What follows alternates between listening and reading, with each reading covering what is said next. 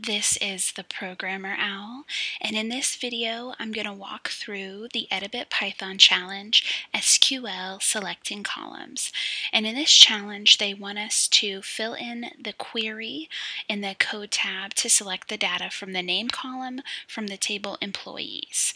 And in a past video, I said to check to make sure that the table name was capitalized or not capitalized, like that was important or something. Apparently it's not, because I'll show you in a little bit in the code, but it worked without being capitalized or being capitalized, because in the test it shows that the table is called Employees with a capital E, but I did it with a lowercase e and it didn't matter. So it doesn't seem like this query method is super case sensitive. So we want to select the name column from the employees table. Instead of getting the whole column, we just want a certain, or instead of getting the whole table, we want to just get a certain column.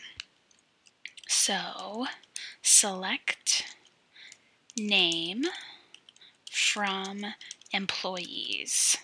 So I'll just kind of show you that it really doesn't matter the case of the table, and then end with a semicolon. It should work no matter what.